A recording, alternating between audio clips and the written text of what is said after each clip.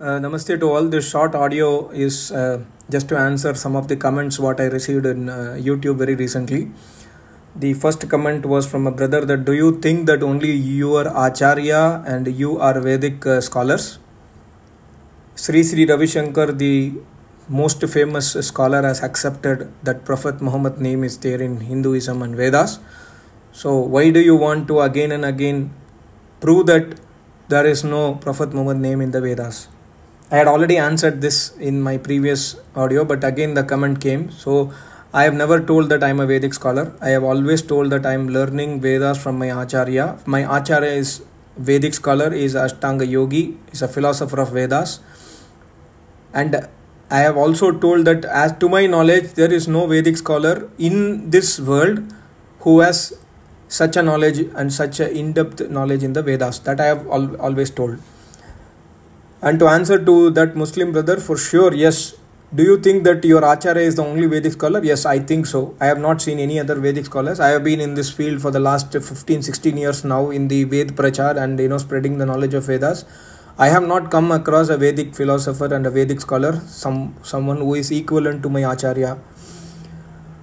So if Sri Sri Ravi Shankar has accepted that Prophet Muhammad name is there in Hinduism and Vedas, it is his personal opinion, but that does not mean that the truth will change. The truth is that I have already told in my other audios very clearly that Muhammad Sahib name is not there in Vedas.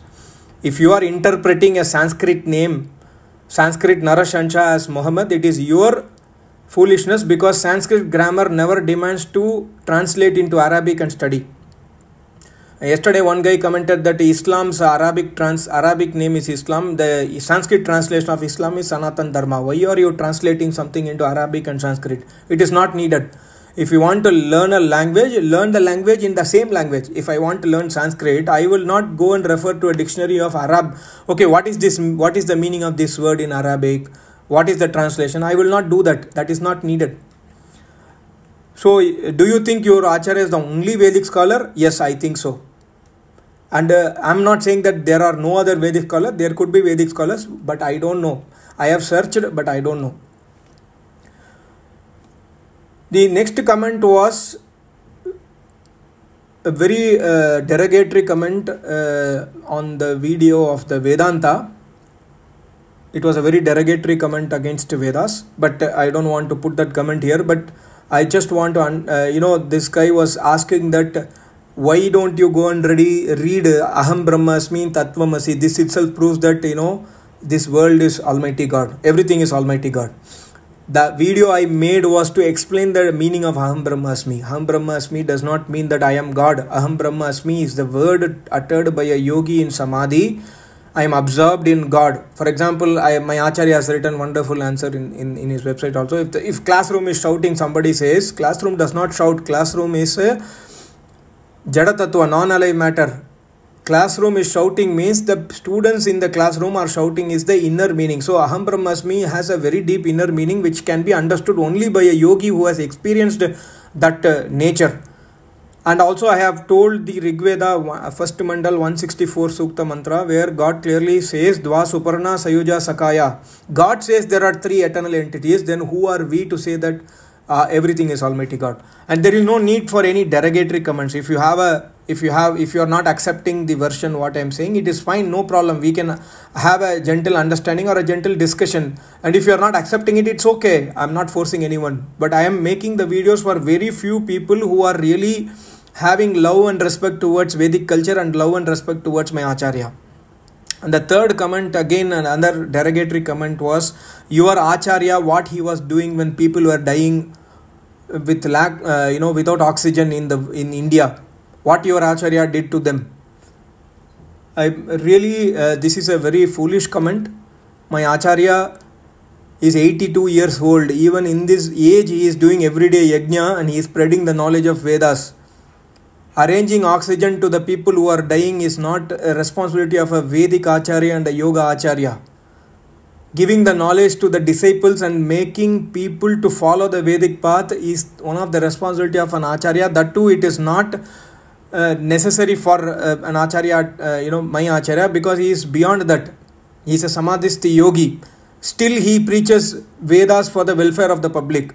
Arranging oxygen is the responsibility of the government. Arranging oxygen is the responsibility of the government whom we have voted.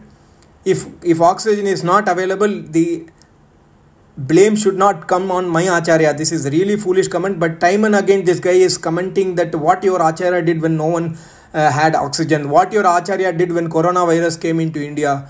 Coronavirus came into India not because of any person. It is a social responsibility. We did not follow some basic requirement what Almighty God is asking us to follow. God says in Yajurveda first mantra only that ayakshma ma vastena ishatama gashanso. Infectious disease should not come into our society. God says that it will not come if you do everyday yajna. If you worship Almighty God through Agnihotra, no infectious disease will come. So we are not adopting the Vedic path and we are blaming an Acharya who is a Samadhisti yogi. It is absolute foolishness. This is showing the hatred towards the Vedic path. Probably this guy has a Hindu name, I don't know. There are many people who are creating YouTube ID, like creating yesterday in some other name and then wanting to put some derogatory comments. My channel has very, very few followers. Please don't waste your time in this.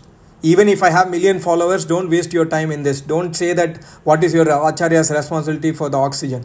Even my Acharya was the first person who released that the third wave, if should not come, what should be done. My Acharya wrote an article and I published in Facebook also. I have 20,000 followers in Facebook, but only 500 people read that article. And only few people liked that article. Yeah, probably you are right. My Acharya explained the Samveda mantra and very clearly told that if you do this, third wave can be avoided. And also, when we spread this kind of knowledge, if people are not following, we cannot blame the Acharyas. And lastly, one guy was saying that your Vedas are so totally unscientific. Your Vedas says that cow is the first creation, whereas it is false. Science says that dinosaurs are the first creation. Science never says that dinosaurs are first creation. Please understand that I make a home. I build a property. And then I write a book about my catalog about my property. And in that I mentioned that I first did the basement. Before constructing the house, I made the basement.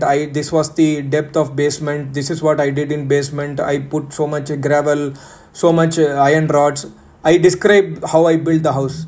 And then I said that I first built the hall room. Then I built the kitchen. Then I built a bedroom. Then I built bathroom. I explain how I built the house.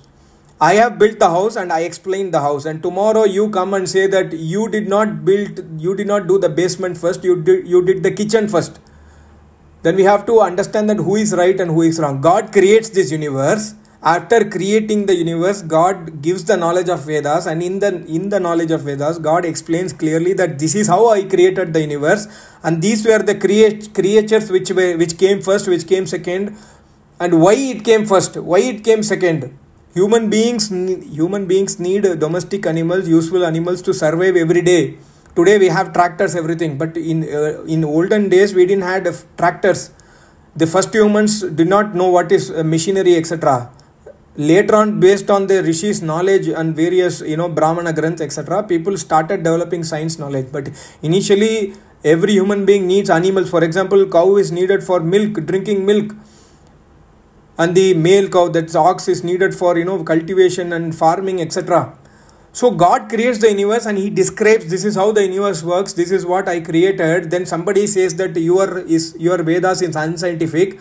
Dinosaurs were the first creation as per science. I have never read anywhere that dinosaurs were the first creation. This guy has his own scientific interpretation that dinosaurs were the first creation.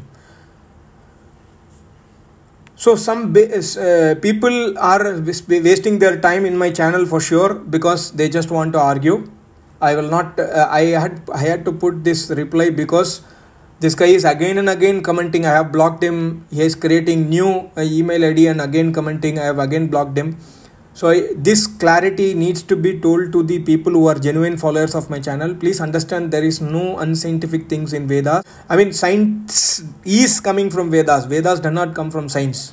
The science knowledge what we know today, very little science knowledge we know today has come from Vedas only. For example, alternate current or DC, direct current, everything knowledge is available. How to make a grinder principle, how to make mixie, Very, very small, easy, every day to day useful techniques are mentioned in Vedas. With that only people started developing what is yantra, machinery making, then aeroplane, how the aeroplane should work, what is the principle of nuclear science. All the knowledge are available in Vedas. Then it is very foolishness to say that your Vedas are unscientific.